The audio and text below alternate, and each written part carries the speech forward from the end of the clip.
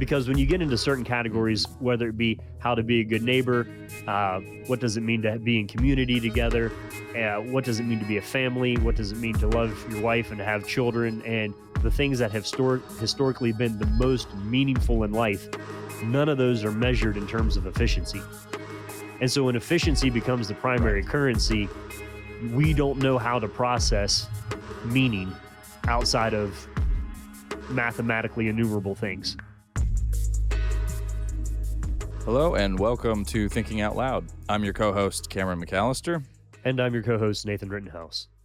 I think we should talk about lab-grown meats as All an right. entry point into a discussion of what it means to be human and also what happens when so many of us aren't producers these days. But my thoughts were kicked into action here by an article I came across in the New Atlantis, and we'll link to it in the show notes, about ostensibly about chickens, but really about what it means to be a person in the modern world. It's one of the better, I would put it in my 2023 best essays if I were High making praise. a compilation. Yeah, it's very well written and it's just a great piece of writing. I would highly recommend it, whether you think you're interested in chickens or not. I think this would be really good. But what came very clearly into my head as I read it was, I would love Nathan's perspective on this. He will have a much more informed opinion than I do.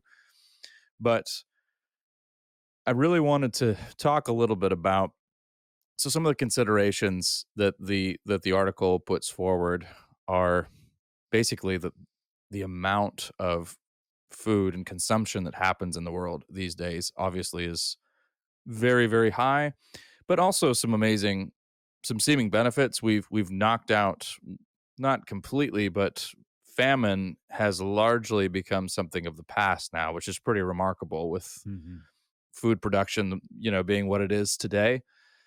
But also some of what the article is looking at is not so much whether we're going to have, lab grown meats as something that replaces, real chicken and real meats that we have right now. I think he's more looking at how the arguments for lab grown food, in this case, lab grown meats, are hard to push against in today's modern world because we so prize mass efficiency to get as much stuff to as many people as possible. He also notes some of the deplorable conditions that many of these animals endure. So in this case, chickens, crammed tons of them together. Not many of them, I think, what are they called, Nathan? Meat hens, right? Or are they just called meat birds? Meat birds, yeah. Yeah, right. So those meat birds are, I mean, I'm not going to enumerate everything that happened. They go through a lot. They don't lead the traditional life of a chicken. Let's just put it that way. This is a modern, not a traditional he chicken. points out, right. Well, I mean, even in terms of its lifespan, where it lives, the whole assembly line of how they're executed and then mass produced. But he basically says it's very difficult if you just look at all of that to make serious arguments against lab grown meats, because it just seems, at least in the modern mindset, hey, well, this is the next leap forward. We have the technology. We can continue to mass produce, and in the process, we can reduce cruelty to animals. That's a good thing. Continue to feed tons of people. That's a great thing. And for all intents and purposes, all things being equal, this meat probably should be safe. So we can bracket that for a second because probably we don't know. And he makes that clear. But Nathan, when you and I were discussing this article a little bit, one of the points that you brought out was that in modern society, so often we're not producers anymore. We don't make much. But you think that that's actually a very important part of what it means to be a person. And you linked it to a number of different problems. So I'm just curious about how that stood out to you, Nathan, as you were reading about chickens. Well, Cameron, you're in dangerous territory here. I'm going to make an audacious claim. You can tell me if you think this is, well, I think that I know more about chickens than you do about horror films. And that's not I denigrating would your agree knowledge to that of the horror already. world. Yeah, no. But since I was a very little boy, chickens have been a big part of my life, and so I can pontificate on the ins and outs of Mhm. all sorts of forms of chickens, from the meat bird side of things to old American heritage breeds and Lots of foul thoughts there. lots of foul thoughts. Yeah. Yeah. So I think Okay. the argument that's being made is he's saying, look, if you have a problem with lab grown meats, which I think a lot of people do have, sort of an like that does something doesn't sound quite right about that. It's hard to An argue with the math. intuitive, yeah. You kind of have an intuitive that's not natural. But what he's saying in the argument is that most Americans haven't looked at what a modern meat bird is, and that's also a creature that's highly unnatural and is built specifically for the efficiency that it produces. And I'm familiar with those. I think my neighbors and I, last time we killed about 100 of those a couple weeks ago, months ago. And many people listening, I know people who listen to this podcast who also farm them on small scales and large scales, and turkeys included. And whether or not they have a inner psychological life would be debatable on some fronts.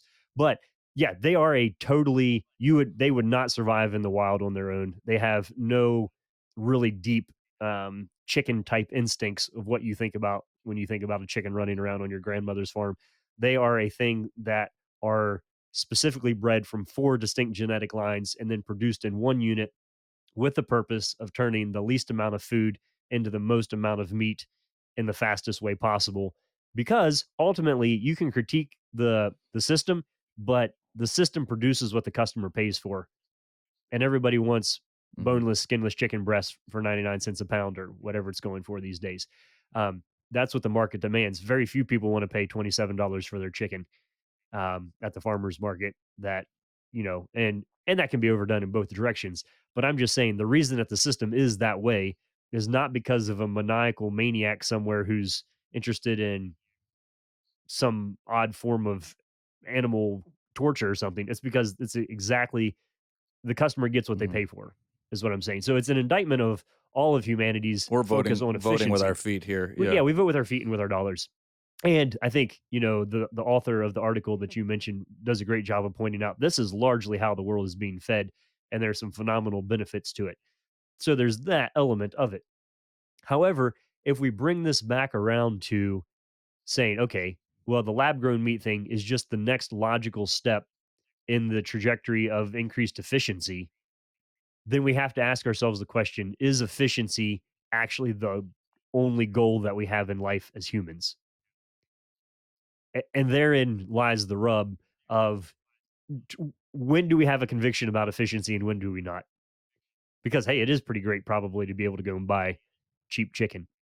And I'm fortunate to live in a Mhm. spot where I haven't bought chicken or eggs for a very long time. But the fact of the matter is that this is the way that most of the world works on these things. So the brilliance of the essay is that it's using the chicken sort of as a window into the modern human psyche of what it means to be a modern human, and looking at sort of our Mhm. quasi deification of the concept of efficiency.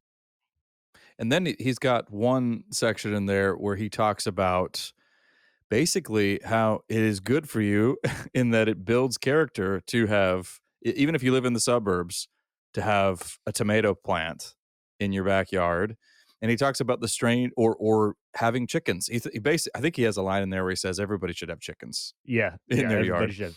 Everybody should have chickens. Everybody should experience the strange paradox of killing weeds so that your one plant, in this case the tomato, can thrive, and then feeling that strange pang of sadness when you have a hen die, even though so You're going to many eat it countless anyway. Yeah. chickens give their lives for the freezer section in your grocery store.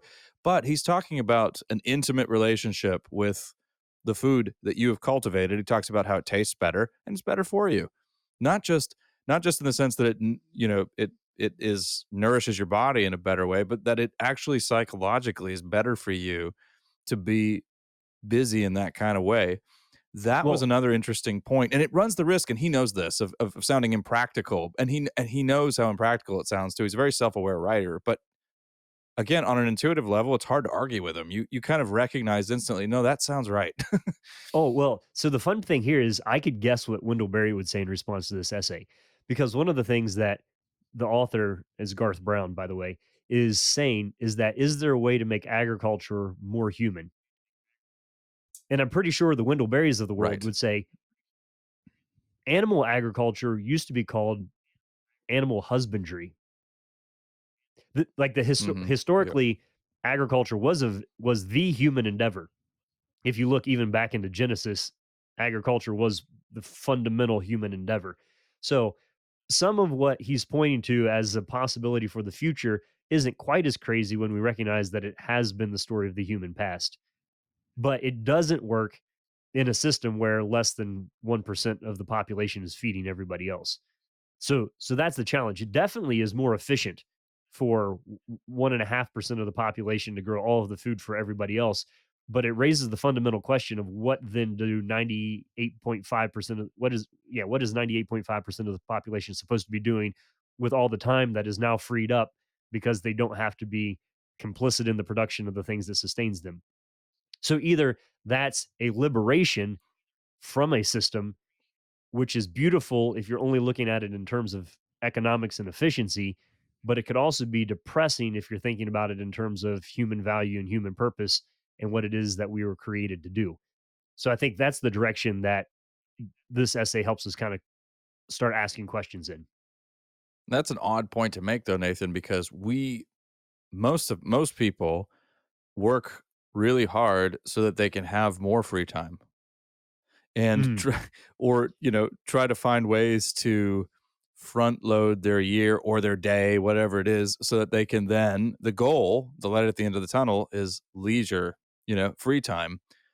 And it seems that you're suggesting that I don't think you're saying anything. So I think we're going to have to make some important distinctions here between recreation or leisure and actual rest. mhm. Rest is good, but you seem to be suggesting at least that all the free time, that's the phrase you used. Free time. Yeah. The free time that we Mhm. have now is not such a good thing. And we have more free time here, at least in the West, than people ever have had historically. Am I hearing you correctly though? Are Yeah. you saying Well, that that's probably not great? okay. So let's take an aside here, and you tell me if I overspoke. So last week I was speaking to a group of students, and we were doing a unit on mental health, and I was doing a section on the attributes of a healthy mind.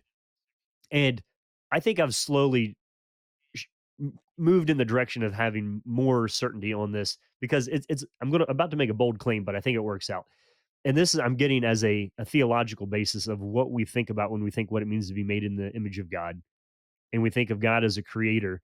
And then what are the attributes of God, the communicable attributes? So what are the things that God gives us Mhm. as part of our nature that are a reflection of who and how he is that we're supposed to be doing? And it's getting harder for me to see a future or a capacity in which we see mentally healthy humans who aren't doing something productive with their hands. So we've almost separated out our minds and Mm. our bodies in an old school Greek dualism to the point that we can't make a connection between our mental health and our physical bodies. Now, most people listening to this, and I think our age group and younger do see this of, hey, exercise does wonderful things for your mind. I think you can nod along and attest to that, Cameron. You maybe have an off day, but you go get that endorphin rush, you get your Mhm. body in motion. Um, but and I mean I run on a treadmill sometimes, which is kind of funny. Like you burn a lot of energy and go nowhere. But is there a deeper level of that where embedded within us is this idea that we need to be creating and building and doing stuff with our hands? So whether you're making pottery, you're knitting, you're building that garden box in the backyard, you're working on a birdhouse, you're wrenching on your bike, um, whatever it is, that's something embedded within what it means to be fully human is using the physical bodies that we have to dream and to create and to produce and bring into being actual things in the world. And I'm not talking just about children here, but also about like manipulating reality and forming things that are then useful, whether it be Mhm. aesthetic or food. So in my mind, it's getting harder for me to make a list of people who I think have mentally stable lives who are working solely in a theoretical realm. So I'm not saying everybody has to go out and Well, be a professional yeah. farmer, but I'm just saying there is something about what it means to be Mhm. fully human where efficiency is not the goal, but connection with reality is satisfying. So don't outsource And things very that used to bring tellingly, human yeah. satisfaction and then be surprised if you're uneasy in life. Well, yeah, and then tellingly along those very lines, Nathan, in the article, he talks about the I think is it called a chicken reactor? When they're producing this with the lab grown meat, Oh something yeah, like I that. think yeah. Oh, But and you see like all the big steel tubes, and yeah, it looks very. It's a very yep, high tech thing to. very sci-fi. Mhm. Yes, it does. But he points out that this is yet another step in kind of distancing us from reality. Again, he uses that very phrase. And that so something else, another piece of technology potentially severing that fundamental connection. How and so I suppose it's not too surprising then that a lot of people, a lot of us wander around feeling lost and Mhm. without purpose and just not and just having a general sense of not knowing where we're going Well, here's an when we're interesting so thought. disassociated from. Well, you often talk about the idea that America is one of the few cultures where everybody wants to grow up to be teenagers.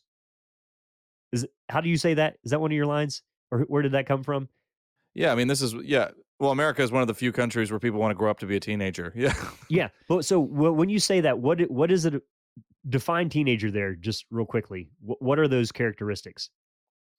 I think, well, adolescence usually has to do with trying to find out who you are, find yourself, and really cherish experience, explore. But you ask questions like, who am I? Why am I here? What am I doing? How do I define my identity? That sort of thing. Yeah, and figure out how you fit in the world. So what's interesting about that statement, Yeah. though, is that and many people have written about this, is that the category of teenager is a totally modern concept. I mean, so there have always been people Yeah. Yeah. who have been 16 years old. That's always been there. But the idea that you have Of sort of this course. like Yes. 12 to 18-year-old range where you don't know what to do with your life, and that and Hmm. sociologists will say, like, what is a 12 to 18-year-old supposed to do in our modern culture? Well, they're there to study or to go to school to get good grades, to get into a good school, or something totally future tense. There's very They're little supposed to purpose. find themselves, Nathan. You find yourself and Yeah. you get ready for the next thing. And so there's very little Hmm. responsibility that happens in that category. And I can point back just 2 generations. On one side, I can, my one grandfather started milking cows at 5:30 in the morning when he was 9 years old. And on the other side, my grandfather can talk about, sitting on the tobacco wagon along the road in order to bargain the sale with the buyer. um, and back Yep. before they knew tobacco was bad. And so here I grew up with two grandfathers who, from the time they were 9 years old, thought that they were economically essential to their family's business and Hmm. integrated in a way that they didn't have to go figure out like what's the purpose for my life when you're milking cows at 5:30 in the morning kind of thing. Now, you could ask some questions about what do I want to do with my life if you're milking cows at 5:30 in the morning, and I think a lot of young men and women have. Sure. But all that to say is that we live in a culture that wants to grow up to be teenagers, but that category of teenager is a totally new thing in the history of humanity in the same way. So we live in a culture that is pursuing an ideal that never really existed, I guess is what I'm saying. So it's almost like we're trying to find, hey, it's better not only if you don't have to grow your own chicken, but if somebody will cook it for you, then you've arrived in our modern culture. You have enough money to have somebody Well, else do the necessities for you. So we're yep. pursuing a thing that has never actually existed in a stable way. And that needs to be pointed out as we go by. Well, and now it's time to meddle. And it's not too much of a leap, though. We're talking about disconnecting former traditions from their roots or former ways of life from their roots. Yeah, so it's not too big of a leap now to think about marriage increasingly now, kids being an optional extra. Well, they're not That I mean, efficient. again, a mindset, right? They're not, and well, and it's well, thinking of children in terms of mainly choice rather than thinking of that as the end in terms of telos, the end of marriage. Not the only Hmm. part of marriage, but an essential feature, procreation, children.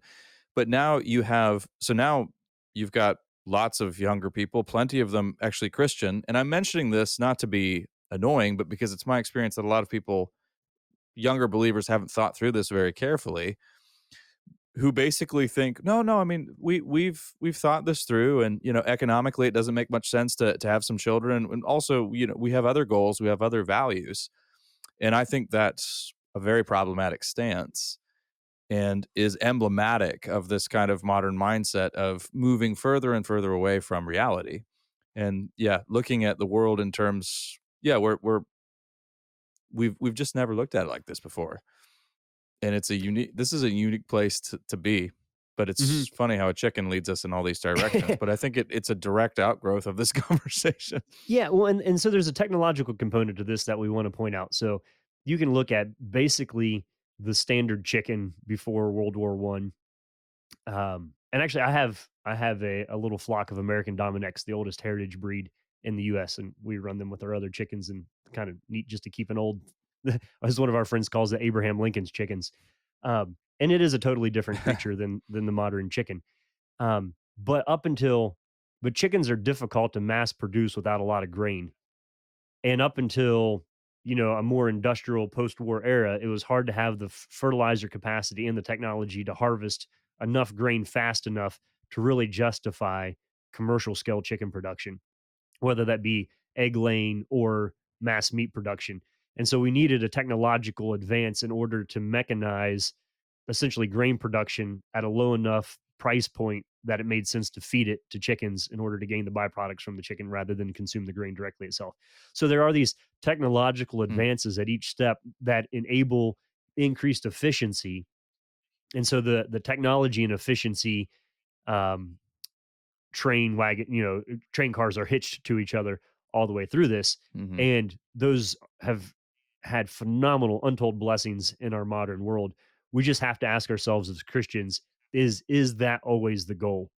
Because when you get into certain mm, categories, whether it be how to be a good neighbor, what does it mean to be in community together, what does it mean to be a family, what does it mean to love your wife and to have children, and the things that have historically been the most meaningful in life, none of those are measured in terms of efficiency.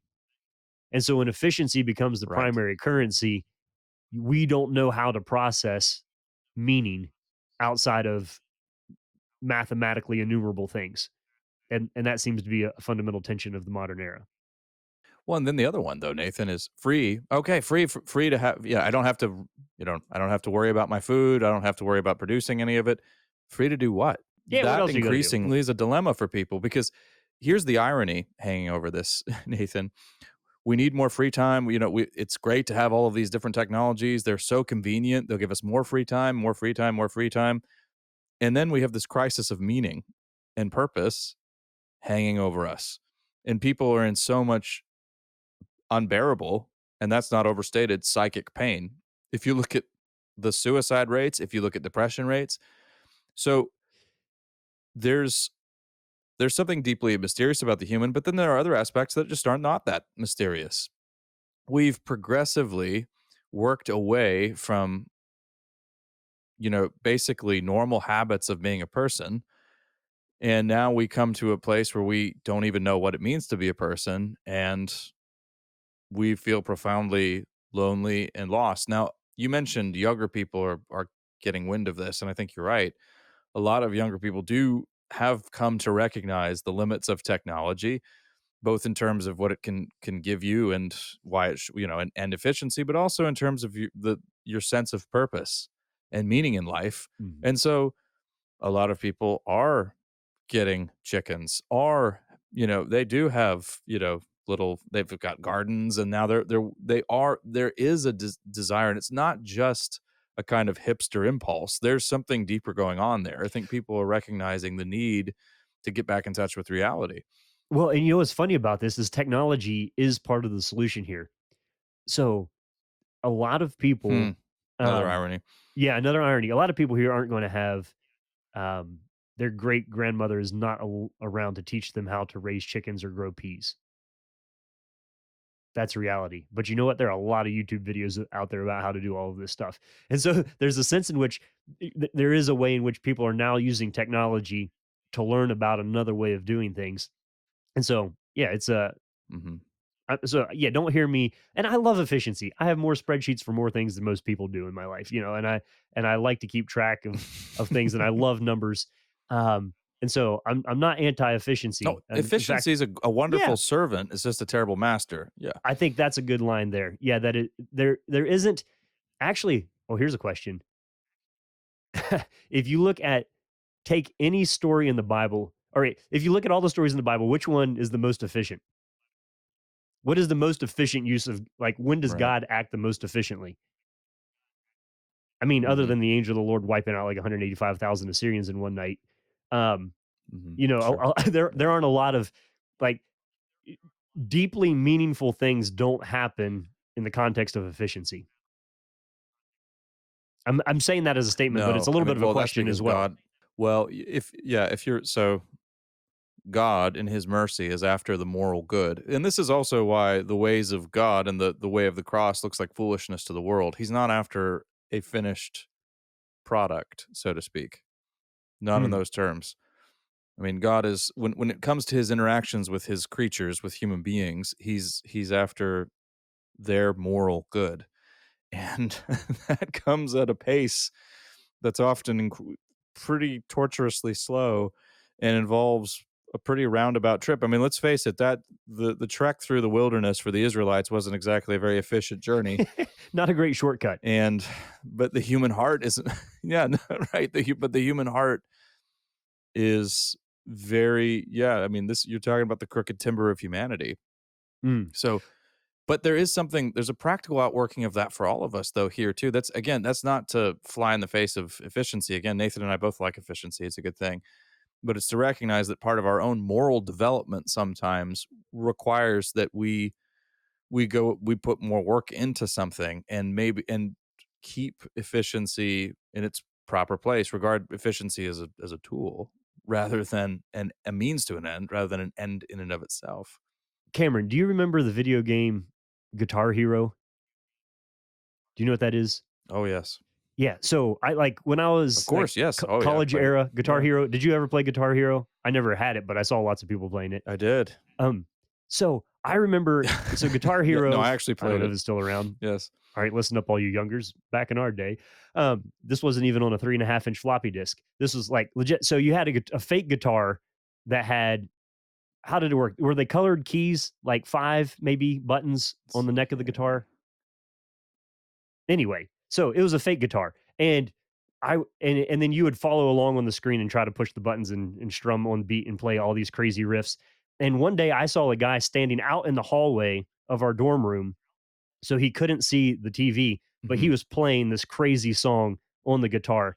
I mean, and it was an impressive, complex song that he was playing. And I was standing there watching because he had it memorized, and that's what he was proving to everybody, that he could play this song from memory. And I thought, you know what?